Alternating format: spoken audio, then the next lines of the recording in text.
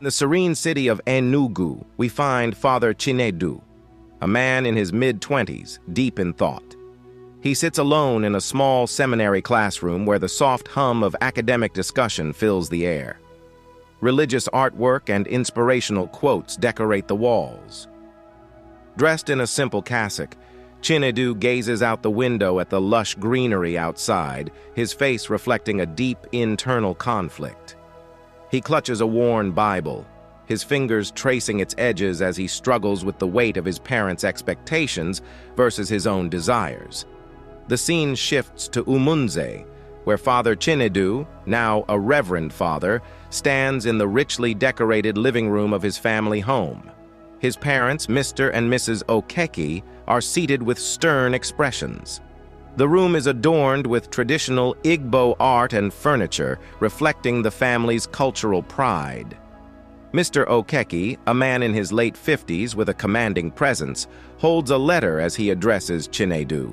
Mr. Okeke, firmly, "Chinedu, you have brought honor to our family by becoming a priest. This is the path we have chosen for you. You must see it through." Chinedu, dressed in his priestly attire, nods, but his eyes reveal deep inner turmoil. He forces a smile, trying to hide his unease as he listens to his father's stern words. Years have passed, and Father Chinedu, now in his early 30s, sits alone in a modest rectory office. The desk is cluttered with religious books and paperwork.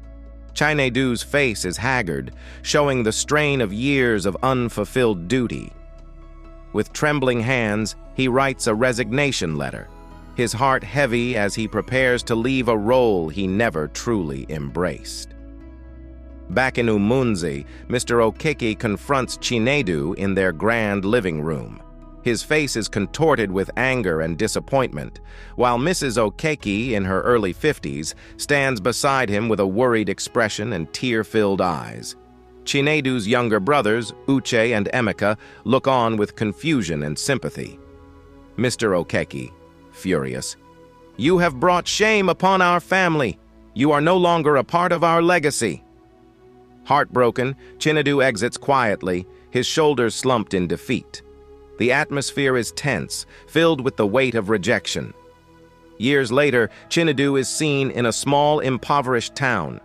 His clothes are worn and patched, his face etched with hardship.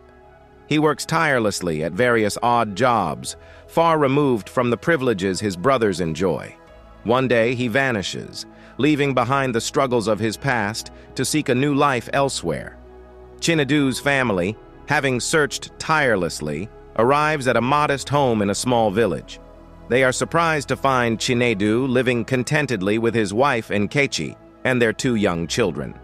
The home is simple but warm, filled with laughter and love. Nkechi, a graceful woman in her early 30s, greets them with a genuine smile. Mrs. Okeke, tearfully, "Chinedu, we are so sorry. We have missed you." Chinedu's eyes soften as he accepts their heartfelt apologies. Mr. Okeke, now humbled, restores Chinedu's place in the family will. The reunion is marked by a blessing for Chinedu's marriage, with the family coming together in acceptance and understanding. The Okeke family gathers for a festive meal in their traditional Igbo home. The atmosphere is filled with joy and reconciliation. Mr. Okeke, with a reflective expression, raises a toast to Chinedu. Mr. Okeke, reflective, "We have learned that love and acceptance are more important than our rigid expectations.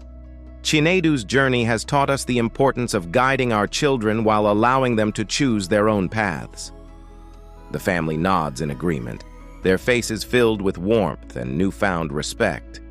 The story closes with a celebration of redemption and the understanding that every person's journey deserves respect and support.